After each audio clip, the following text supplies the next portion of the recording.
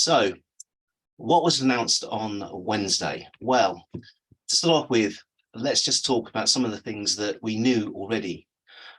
So, to start off with, if you recall the last budget we had, and it seems a long time before the announcements this week, was the budget that Rishi had in March 2021. And in March 2021, he announced that all of the various thresholds would be frozen until the tax year 25-26. Jeremy Hunt, after he was picking up the pieces from the Liz Truss government, announced that he would be freezing all personal allowances until the tax year 2028 and 29. So it's hardly surprising that there was no mention made in the budget about the various thresholds. As you can see on this slide, the personal allowance next year will remain the same, as will the higher rate threshold. The personal allowance will be withdrawn at £100,000, and all the other allowances will remain exactly the same. Why are they doing this? Well, this slide is a good illustration. I picked this up from the from a third party, which just illustrates what will happen over a period of time. So what this graph shows is the difference between the state pension and it's the new state pension, a maximum amount has been chosen, and the actual personal allowance. If you look back to 2016-17, the personal allowance was around about £11,000, but the new state pension, if you receive the maximum amount, was just over £8,000. So there was a great amount of income, a great proportion of income you could receive before a pensioner would pay tax. In this case, the difference between £11,000 and £8,000. However, if you roll forward to 2027-28, and admittedly we're dealing with projections here, the personal allowance remains at £12,500. At that point, it's estimated that the new state pension will be just over £12,000, and therefore there's a very, very small amount of income that you could receive before a pensioner would pay tax. And this is going to be the way that they're going to be raising a lot of taxes, by making sure that as people's income goes up, that the proportion of income that is taxed goes up, and hence increasing the tax take.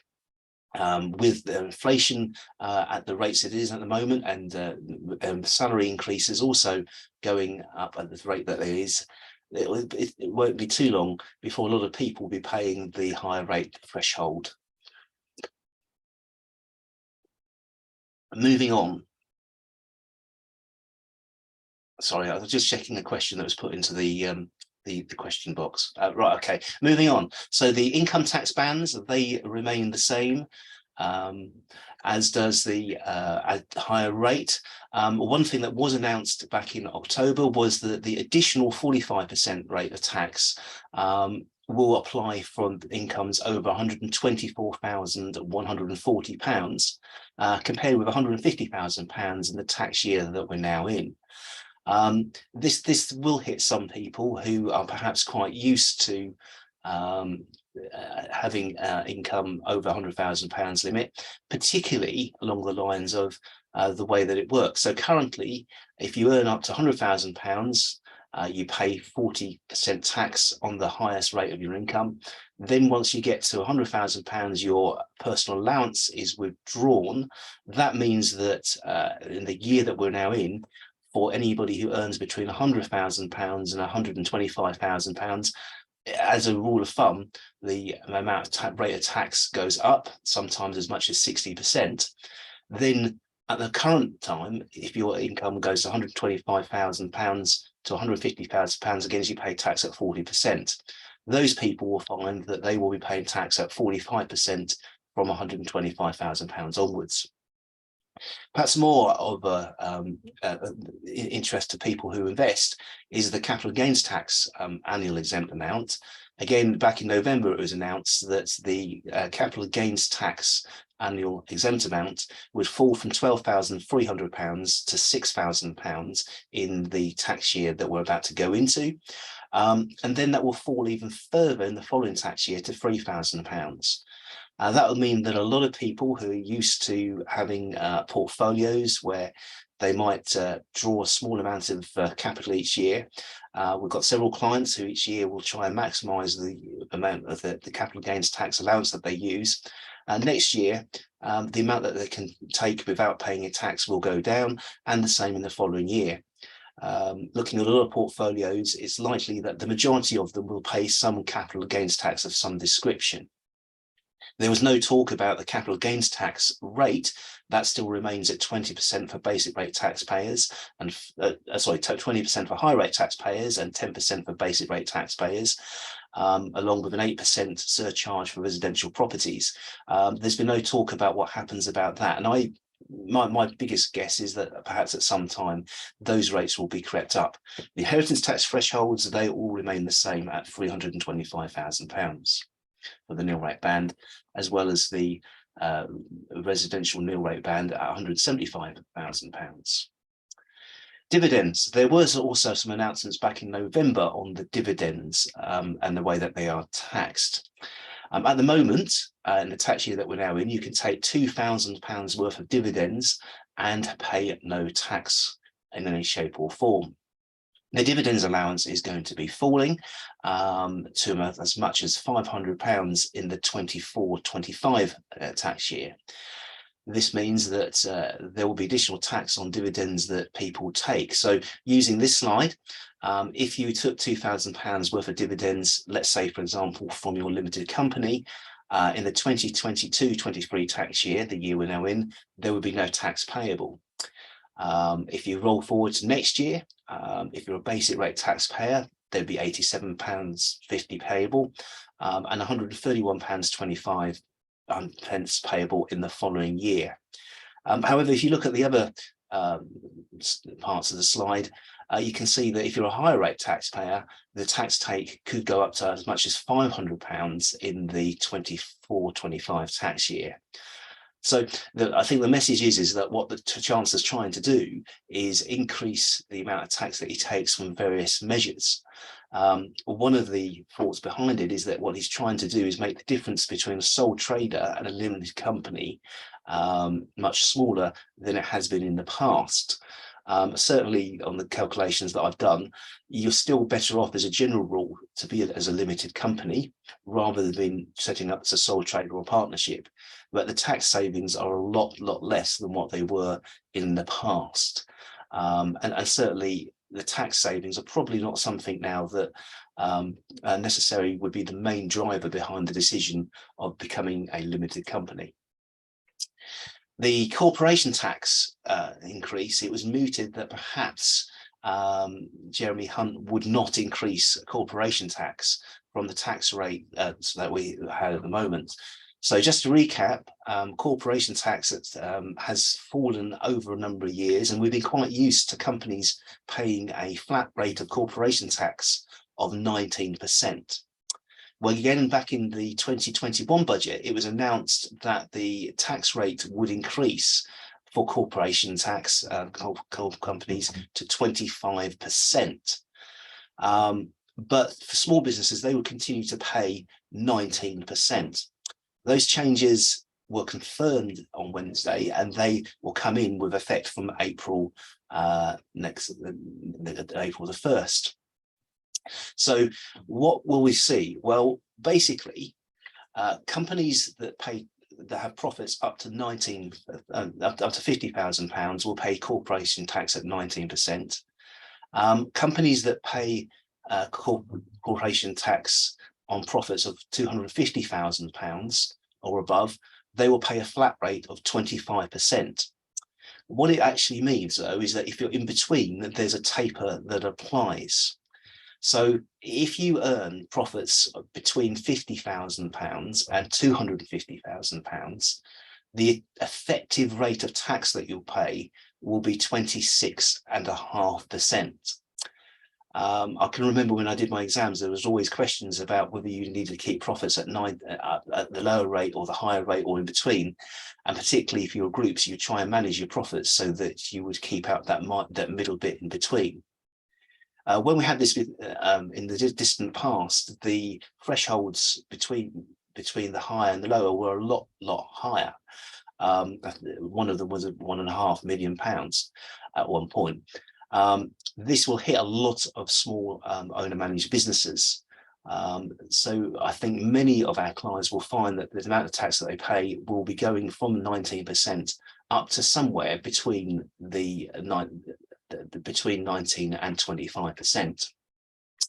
To illustrate this on this graph, I've sort of shown the difference between the amount of tax payable before and after. As you can see from the slide, if you have profits of up to £50,000, the amount that you pay next year will be exactly the same. And then the blue line is the rates at 22 rates, and the orange line is at the 2023 rates. And there's quite a differential when you get to £250,000 worth of profits. The amount of tax that you pay will go up by quite a bit. In terms of the percentage rate, just to show how the percentage rate actually works in practice, this graph is an illustration of it. So 19% right up to profits of £50,000, and then once it goes up, you can see the overall rate on your profits will increase up to the 25% rate as your profits increase as well. So that was just sort of talking about some of the changes that we already knew. Now looking at the announcements that were made on Wednesday and how they affect lots of our clients. And I'm just checking the question and answer box. So yes, somebody's put the 26.5% rate only applies to the gap from 50,000 to 250,000 though. So the blended rate is less than 25%. Yes, that's quite correct. And that's what the purpose of the slide that I just put up shows you. So thank you for that. Thank you for that comment. So business tax. Let's talk about the capital allowances. So there was a lot of mention in a lot of the publications and lots of the newspaper press about the fact that the Chancellor announced that they were going to be, as he said, expense capital allowances for a 3-year period until 31st of March 2026. When you drill down the detail on this, it's not as good as what it sounded. And to start off with, it also only applies if you are a company. So if you're a sole trader, partnership, this announcement doesn't apply to you. But what it actually means is that if you spend money on an asset which qualifies, then you get 100% tax relief. So if you go out and buy a piece of equipment that costs £100,000 and your profits are £100,000, it means that in that tax year you would pay no tax whatsoever. However, this new announcement only applies to brand new assets. There's no limit on it though. So if you spend money on new plant and machinery, then you would get full relief. What wasn't made clear actually during the budget speech itself, but the revenue come out and confirmed is, however, if you spend money on what's called integral features, so things like air conditioning, electrical works, plumbing, etc. So really they're fixtures that are built into a building. You won't be able to get full relief. You'll only be able to get 50% relief, and then you'll get relief in following years using the normal capital allowances rules. Doesn't apply to land and buildings. You still get a very small amount of relief over many years, and doesn't apply to cars or assets that you buy for leasing. So if you're a company and you are leasing assets, so for example, if you were a plant hire company, then you won't get the full amount of relief. You won't be able to make benefit of this. But what wasn't mentioned is that the annual investment allowance that we've had for a long time remains at £1 million. So what it means in practice is that if you spend money on plant and equipment, whether a sole trader or a partnership or a limited company, as a general rule, you will get full 100% tax relief if you spend less than £1 million in a year. So the new announcement that expensing capital allowances will only, as a general rule, benefit business companies who spend more than £1 million. Now, if you actually look at the statistics, there's very few companies that actually will be spending that amount of capital expenditure. So it's really going to be your large PLCs, for example, that will be benefiting from these new rules. But you can see cases where perhaps if you were starting up in business, if it was capital intensive, that you could soon use up your own investment allowance, but the own investment allowance will remain at £1 million. So as a general rule, if you're spending up to £1 million, don't worry about the new rules. It's only if you exceed that the new rules will benefit you. Also, what was announced in some of the publications is that if you spend money on electric charging points, the tax relief was going to come to an end at the end of this month. However, they've announced that the 100% first year allowance on charging points will still apply, and that will apply until the 31st of March 2025. Those that know me know that I find this 2025 date interesting when it comes to electric vehicles, because that's the date that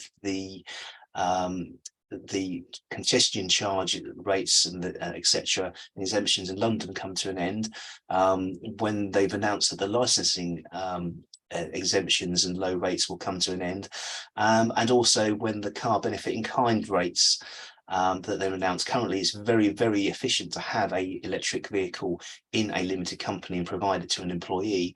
The benefit in kind rates will be reformed at the end of 2025. Now, it may well be that they stay at what they are, but it's increasingly the case that a lot of the benefits that apply to electric vehicles are only certain until March 25. Now, when this was some of these announcements were made, back sort of 4 or 5 years ago, that date seemed to be quite some time away, but it's continuing to be the case. But it's good to know the relief is still there. Another area that which was mentioned in the budget speech, and also there was quite a lot of publications from the revenue shortly afterwards, relates to research and development. And now many of our clients will claim some of these R&D reliefs. And the first thing to say is that it's quite clear there's been a lot of fraud in this area. So much so that last year HMRC stopped repaying any refunds on R&D for probably about 6 weeks, because they had to read through all of the proper applications that were made to them to get rid of the fraudulent ones. Well, there's been various talk about the reform, and the reforms will be announced, so we're told, now in the summer 2023. So that will give us some certainty, because at least it means that we will know what will happen. Currently, there are 2 schemes. There's the what I refer to as the SME scheme, which a majority of our clients will benefit from. Now, the SME scheme has always been quite generous in the amount of tax reliefs that you can get. The other scheme, which for the argument this morning I'll use as the large scheme, that scheme has not been so generous, and they've been, over the years, the SME scheme has always been more generous than the other one. One of the suggestions that will be that the revenue are talking about is, rather than having 2 schemes, they will actually only have 1. Now, if that's the case, then my gut feeling is that small companies will be worse off, because I would imagine that what the revenue and the government will do is trying to merge the 2 schemes, and so that larger companies are a lot better off than they were in the past. That's, as I say, it's just a hunch, don't actually know, but I think the message is that where you're making R&D claims, don't necessarily expect to receive the same amount as in the past.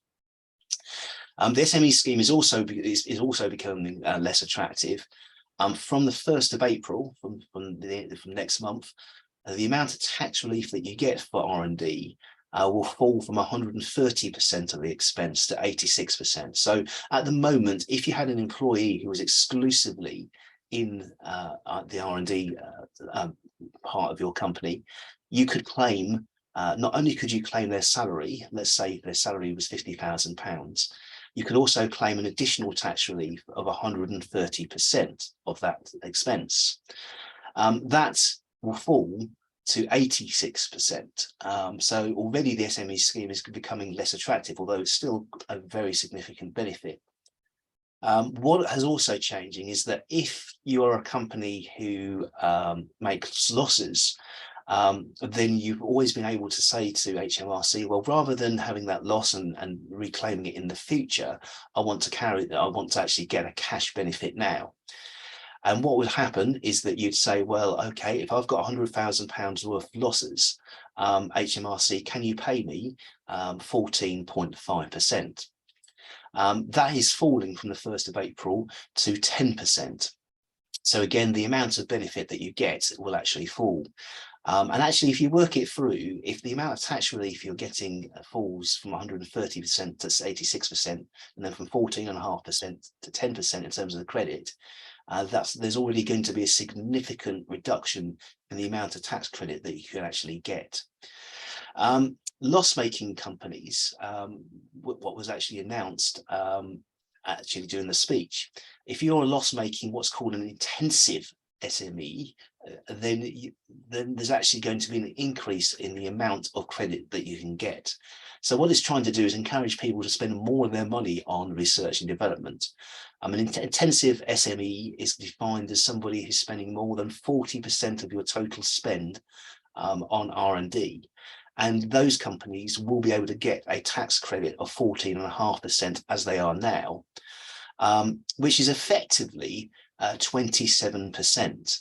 And I thought Jeremy Hunt was quite clever and several times talking about they'll be able to get a 20%, £27 refund for every £100 that they spent. Although because of the fact that the relief is falling, if it kept things the same, it would have been 33.35%. Again, it's an area to watch that we'll watch. And the large company scheme, just to mention that in passing, the credit that you get is actually increasing from 13% to 20%. So the large company scheme, as I said, is becoming more generous.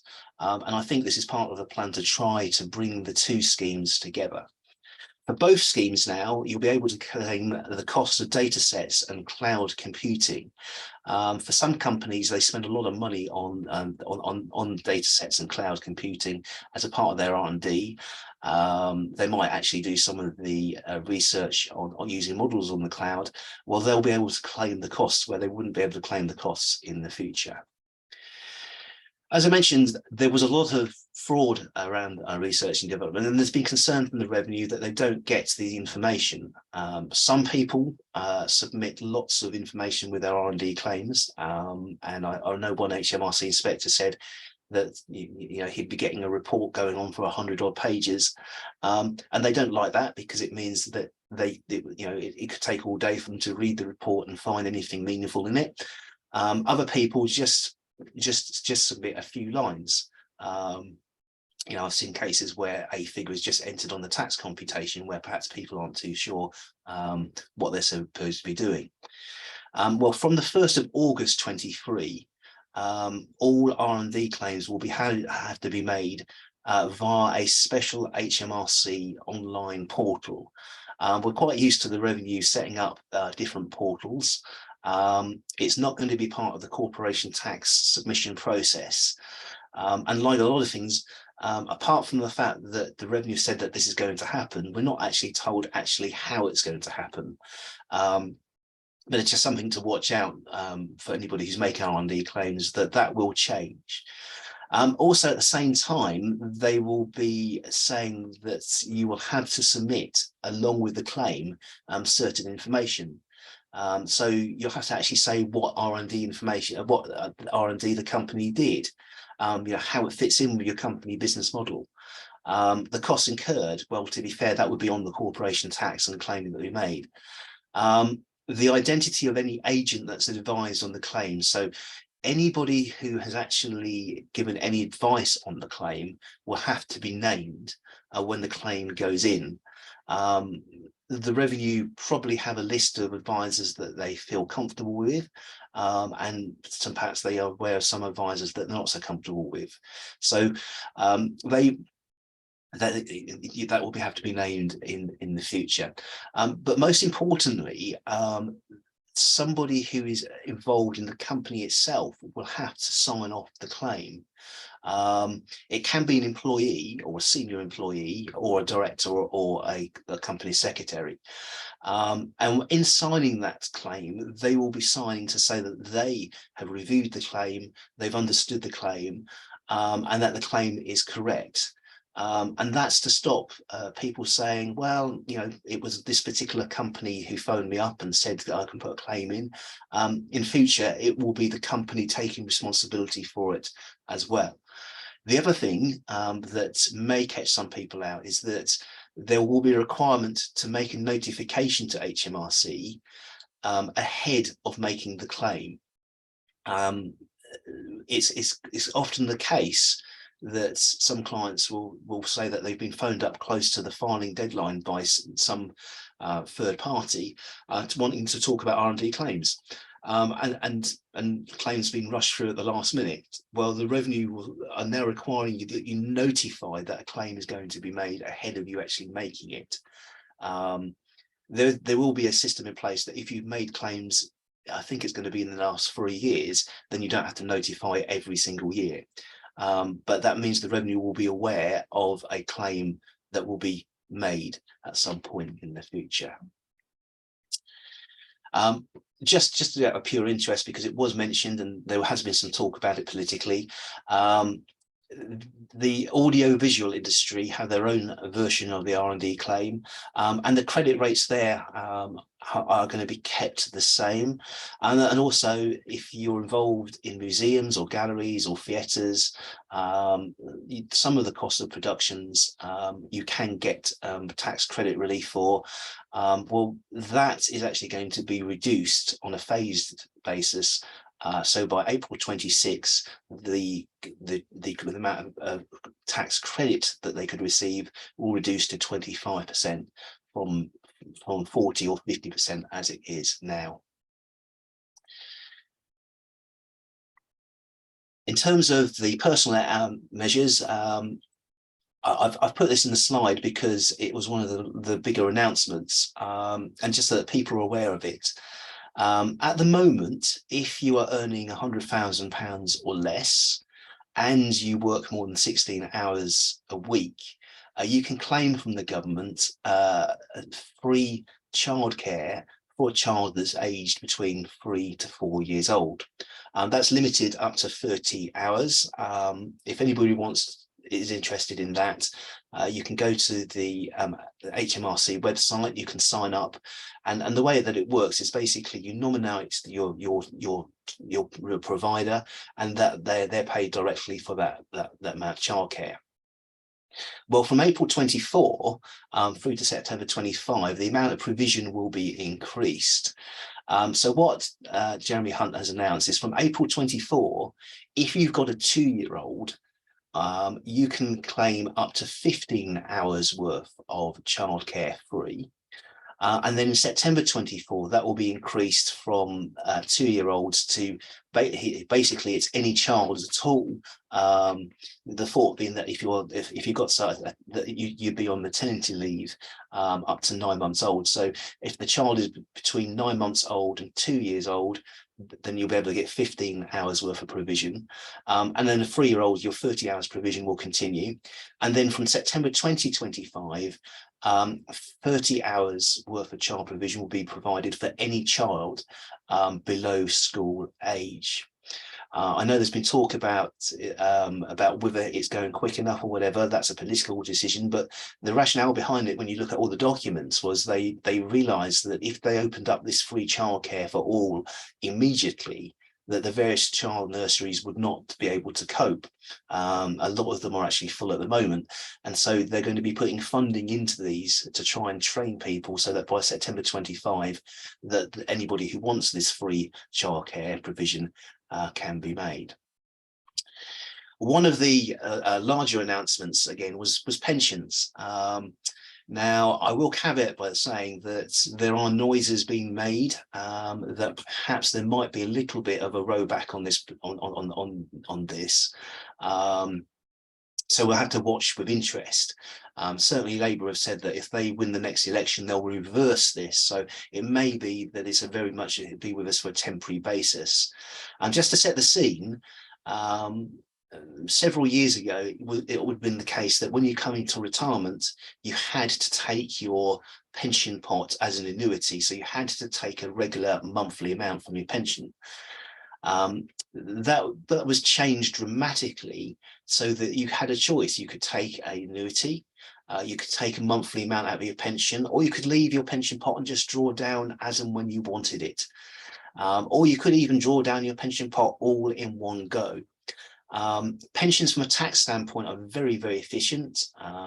The amount that's in your pension pot when you die passes to your estate, passes to your children or grandchildren or whoever you nominate, free of an inheritance tax. They would have to pay income tax when the money's drawn out, but that's a big tax saving. And the money that you have in your pension fund grows free of income tax and capital gains tax. Some larger companies have set up their own schemes where the premises in which they're in are owned by the pension scheme, and the company pays rent, and so you get an investment return that way. So what's happened is that there's been the lifetime allowance, which has sort of gone up and down from various levels. At one point it was 1.8. Went down to 1 million, but the lifetime allowance was, the concept of it was that if you exceeded that allowance, you would pay a punitive tax rate on the amounts that you exceeded it. If you took the money as a lump sum, for example, you would have to pay 55% tax on the amount that was above the lifetime allowance. If you took it as income, it would be 25%. So there was a perception that discouraged people from carrying on working because they didn't want their pension pot to grow any further. It's a particular issue in the NHS because if you're a consultant, it's very easy for your lifetime allowance, because their pension schemes are so generous, to be exceeded. So what Jeremy Hunt did was something that was not trailed. A lot of people said it was going to go back up to the 1.8 million threshold. What he did was he abolished it altogether. That means that now you can save as much as you want in your pension pot. You don't have to worry about exceeding any allowances at all. There is limits on the amount that you can put in each year, but once that money is in there, that fund can grow up as much as you want. I can just see I've got a question come in, so I'll just have a look at it. So yes, so somebody said if you die after taking you start your pension, does the remaining funds transfer to your estate? The answer to that question is yes. Well, it doesn't transfer to your estate, but the remaining funds will transfer to whoever you nominate. And if you're unmarried, can your pension, so basically when you have a pension fund, you have what's called a letter of wishes that you send to the pension fund, and that says if you die and there's funds in it, it can be nominated to who you want. Somebody else said if you're unmarried, can you pension pass to your partner inheritance tax free as well? Well, yes, it can. Basically the way it works is goes completely free of inheritance tax, and so nothing is payable whatsoever. The only thing to be clear is that the person who draws on that pension would pay income tax if you die over the age of 75. Interestingly, if you die below the age of 75, they can draw down on that fund tax free. I know that I've got some pension advisors on this call this morning, so if anybody thinks I've misadvised, please let me know. So the lifetime allowance, as I say, has been abolished. The pension commencement lump sum allowance. So your pension fund, you've been able to take up to 25% of the lifetime allowance tax free. So if you had a pension pot of just over £1 million, you could take in the tax year that's just gone up to £268,275 from that fund tax free. What I found interesting was an announcement was there's nothing mentioned about this, but the budget documentation has actually said that will be frozen at that limit for the foreseeable future. So anybody who has a pension up to £268,000 can be taken tax-free, but that is limited to 25% of the total fund. So if, for example, you only had £500,000 in your pension fund, then only 25% of that could be taken tax-free, rather than this larger amount. The balance you can then draw down and you pay income tax in the normal way. The amount that you can put into the pension, though, is increasing. So the amount that you can put into the pension and claim tax relief on at the moment is £40,000 a year. And just as a reminder that if you've got unused allowances from a previous year, you can actually carry that forward up to 3 years. So some people could pay 1 year up to £120,000. There are also limits on the amount of income that you can pay in. So don't just think you can pay it in, but the maximum amount you can pay was £40,000. That's increasing to £60,000 a year.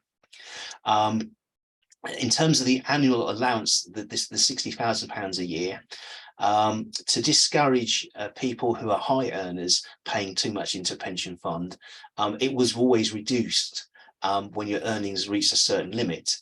The reduction in the annual allowance will only apply now if your income is £260,000 a year, and that is tapered. So in fact, you're going to be going something in order to be hit by the tapering of the annual allowance. So for the majority of people, the allowance is £60,000 a year. There's also a twist in that if you start drawing on your pension, what they didn't want is people to draw on their pension and then pay the money back into the pension fund and almost recycle the money on an ongoing basis. So if you were drawing down on your pension, for a lot of people, they were restricted to pay into the pension scheme £4,000 a year. So for example, you could be somebody who said, actually, I'm going to retire, I'm going to work part-time. In that situation, now you could only pay £4,000 a year into the pension scheme. There's been a relaxation on that, and from April 23, the amount that you can pay in is £10,000 a year. So again, that's an increase in that.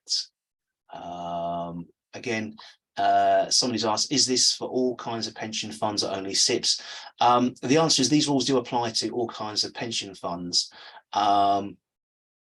But one thing to say is there's what's called money purchase funds, and that's where the amount that you get is based upon the money in your fund. As I say, it applies to those sort of things. There's also defined benefit schemes, which is people like the NHS, and that's where the amount of pension you get is based upon a multiple of your earnings. These rules still apply in the same way, but how you work out that multiple of your earnings and the thresholds is fairly complicated, and it probably goes beyond the scope of that. But yeah, basically, if you've got a pension fund and the amount that you take is based upon what's in there, then these rules apply to it. We'll also ask, what happens when Labour come in and puts a lifetime cap back in? I don't know is the truth answer. Last time the lifetime allowance was introduced, there was actually some transitional arrangements and protections in place that said that your lifetime allowance would only apply to anything above the new allowance. I don't know is the truthful answer. It could be a bit of a minefield. It'll be interesting to watch what happens. It'd also be interesting to see whether Labour actually can carry on with their threat to reintroduce the lifetime allowance. But it has changed. The pension scheme has rules have changed nearly every single year in some shape, so it's something to watch this space. Just a couple of other things on personal measures. Crypto assets,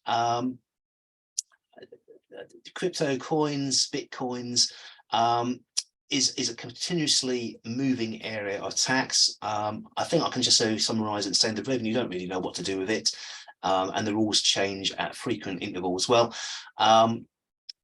they have said that from 24-25 you'll have to put a specific disclosure on your tax return if you're involved in them. And I've got no idea what the disclosure will be, whether it'll just be a tick box or you have to put amounts, whatever, but that will happen. There's also been some changes in regard to divorcing couples. It's often the case that when a couple separate and start a divorce, the divorce can rumble on for a long time. And it's a real problem that if you have joint assets, so for example, somebody might have a share portfolio which they share jointly. It might take 2 or 3 years for them to decide what to do with it. And then they suddenly find that when they transfer the portfolio from one of the couple to the other one, that they've got to end up paying tax on that because it's deemed to be a disposal. At the moment, you only have up to the end of the tax year in which you start the separation in order to have that transfer tax free. Well, there's been an hour relaxation, and from the 5th of April 23, the divorcing couples will have 3 years to transfer assets between themselves tax free, which is probably a more realistic timescale. And if that actually forms part of a divorce settlement, so whether it's a court order or whether it's an agreement they come to between themselves that's ratified by lawyers, etc., and then actually there will be no tax on the transfer of the assets between themselves. So that's quite a significant relaxation, but it's probably quite a practical one. Interestingly, it was one of there was what's called the Office of Tax Simplification, and this was probably one of the last things they suggested to the government, and so it's good that they've listened. And also principal private residence relief. So that's the relief that applies when you sell your home in which you sell, in which you've lived. At the moment, if you are the spouse who leaves that home and you go and live somewhere else, then if it's still owned jointly with your spouse or former spouse, then tax is payable on your period when you didn't live in it. Well, there's going to be change in the rules, so you can still claim relief when the home is sold. The final thing to mention is what's called returnships. I didn't know that word existed, and neither does my spell check, and neither does the Oxford Dictionary. But so it's another new made-up word for 2023. But basically, it's going to be an apprenticeship scheme for over 50s to encourage those people to come back into work. Just checking the questions. No, there's no normal questions. Okay. I will leave the budget there. If you have any questions, put it in the box and I'll answer them at the end of the slide. I'm just going to move on to the last 2 areas. So making tax digital, I'll promise to talk about that. So making tax digital, what's it all about? Well, in a very sort of brief plotted history, there's 2 things at play here. First of all, the computer systems that HMRC use for self-assessment. The software was written in 1996, or it was written before that because the self-assessment came in 96, 97. They're still using the same old mainframes. The computer system is falling at its seams. The world has changed dramatically. So, for example, most people have online access to the computer system now, and so they need to change the systems behind the scenes. On top of that, originally it was announced that the self-assessment tax return would be completely done away with, and we'd be submitting everything quarterly as we go along in the course of the year. Well, it's been subject to lots and lots of delays. The original announcement that was made back in 2015 was that this system would be up in place by 2018. Well, we're sitting here in 2023 and making tax digital still isn't with us for most businesses. So where are we now? Well, VAT moved on to the making tax digital system, and for most businesses it was mandatory from April 2022. I know some businesses went onto it, had to go onto it early. But all VAT businesses from April last year had to be on the Making Tax digital system. To be honest, for most businesses, there was little change, because if you were submitting VAT returns quarterly, what you may have been doing was you going to the revenue system and plugging in the systems directly into the website, or you're using software like Sage, Xero, QuickBooks to make your VAT returns. So apart from a few changes in the software and re-registering, there has been no practice day by day changes. You're still submitting your VAT quarterly or monthly, or some people annually. The changes is that it's now mandatory that you have to keep your VAT records on computer.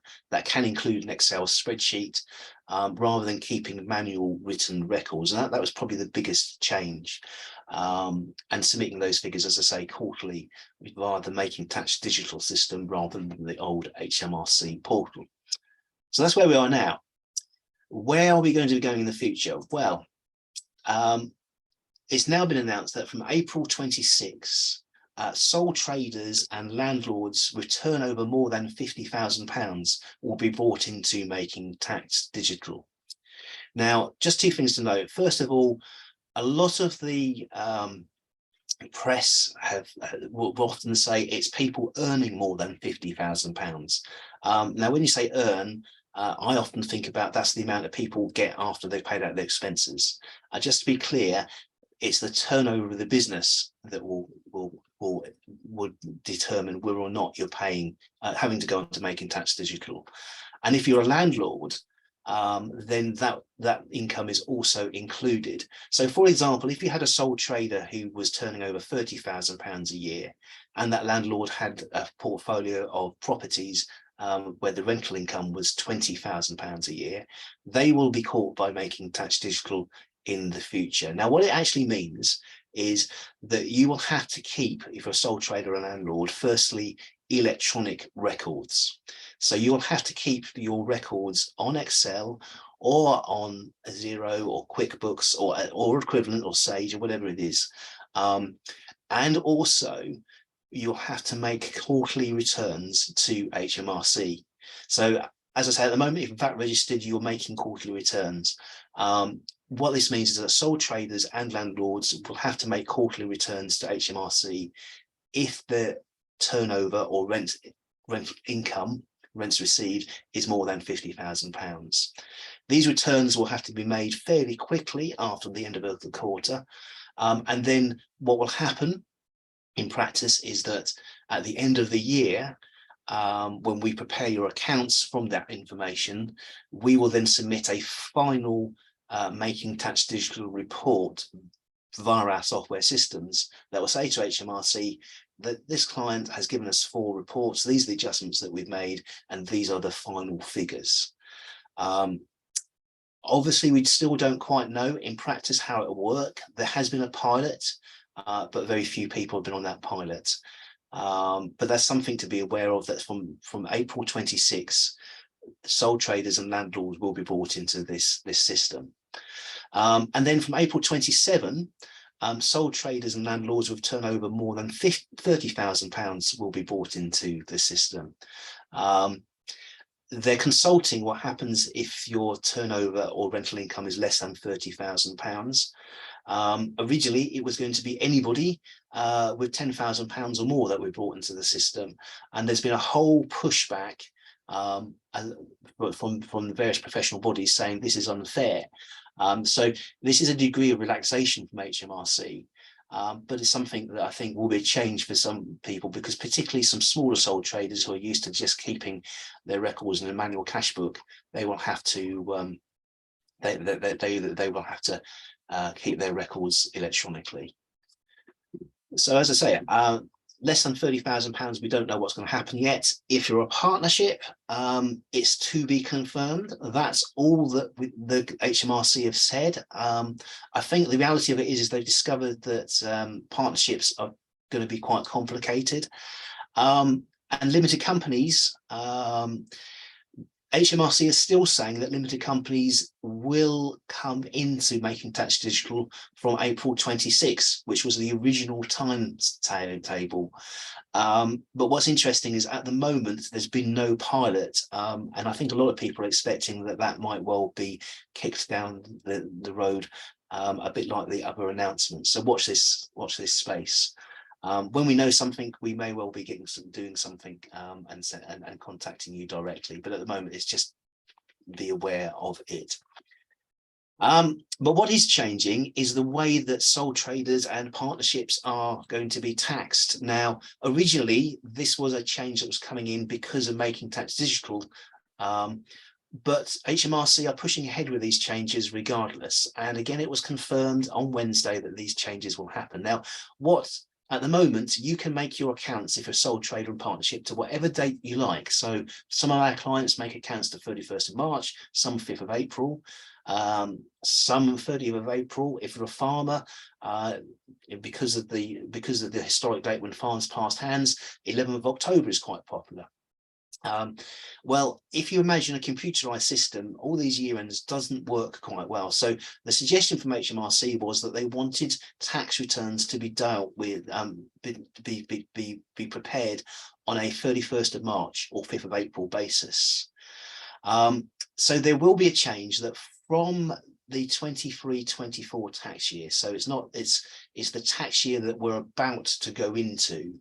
The accounts or the tax will be based upon the money that you've earned to the 31st of March each year. To sort of illustrate this, I've just chosen on this slide somebody who's preparing accounts to 30th of April.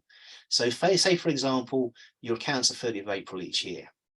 In the tax year that we're now about to finish, you will pay your tax based upon the accounts for the year ended 30th of April 2022. And that will be a 12-month period. Now, without the changes, in 2023-24, you'd pay tax based upon your profits for the year ended 30th of April 23, and then so on each year. What will happen is that for the year 23-24, you will pay tax based upon your profits for the year ended 30th of April 23, plus also your profits for the 11th month period to 31st of March 24 to get you in line with the tax year basis. Now that means that effectively there'll be 11 months worth of profits taxed in that year.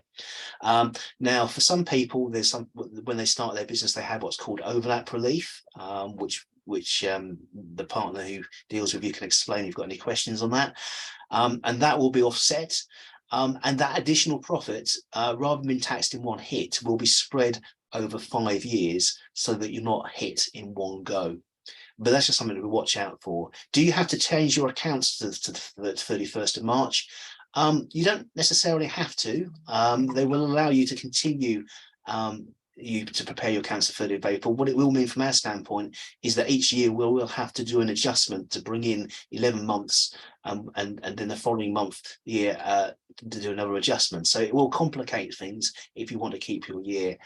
If you've got a year end that doesn't coincide with 5th of April, 31st of March, then I suggest that perhaps you have a conversation with whoever deals with your accounts just to see what would work best for you. So finally, my final point is VAT penalties. Now, Making Tax Digital meant that the whole concept is that perhaps one day your self-assessments, your VAT returns, your pay-as-you-earn returns will all be on one computer system and will all be accessible on one system. So at the moment, if you'll get a letter from HMRC with your self-assessment bill.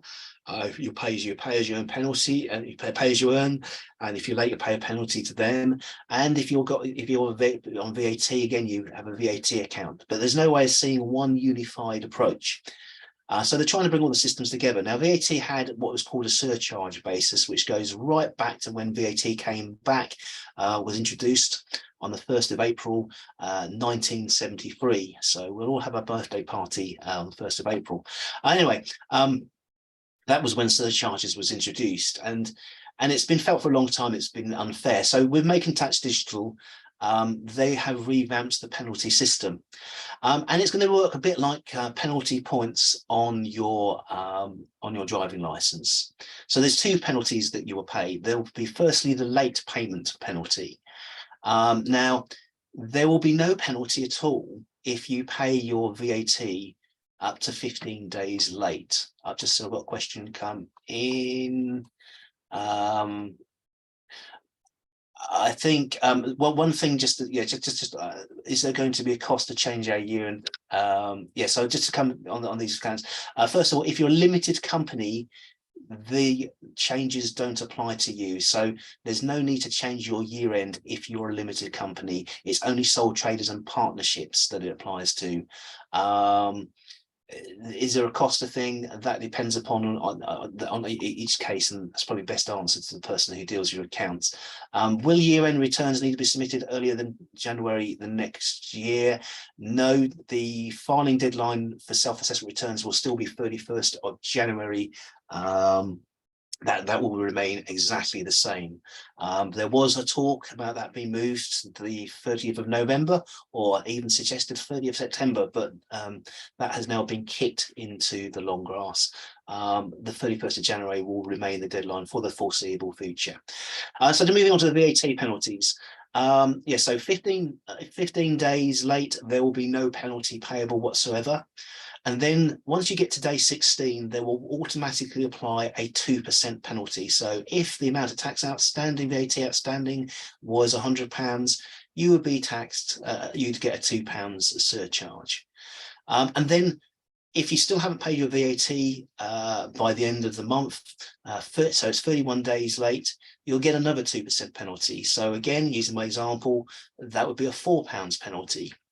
And then after the end of that, after you're 31 days late, a daily penalty will apply, so that it will be equivalent to a penalty charge of 4% per annum.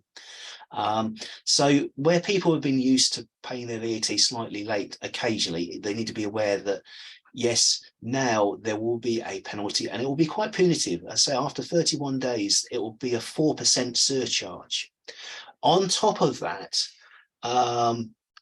so yeah, so just to sort of just to emphasize that, if you add it up, if you were late by a year, you will have paid an 8% penalty.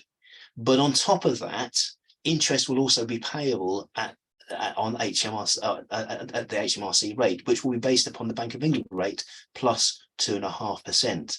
So if I go back to the previous slide, although I said there was no penalty applying to paying your VAT 15 days late, there will still be interest even if you're a day late until you actually paid it. So the surcharge is in addition to your late payment penalty. That's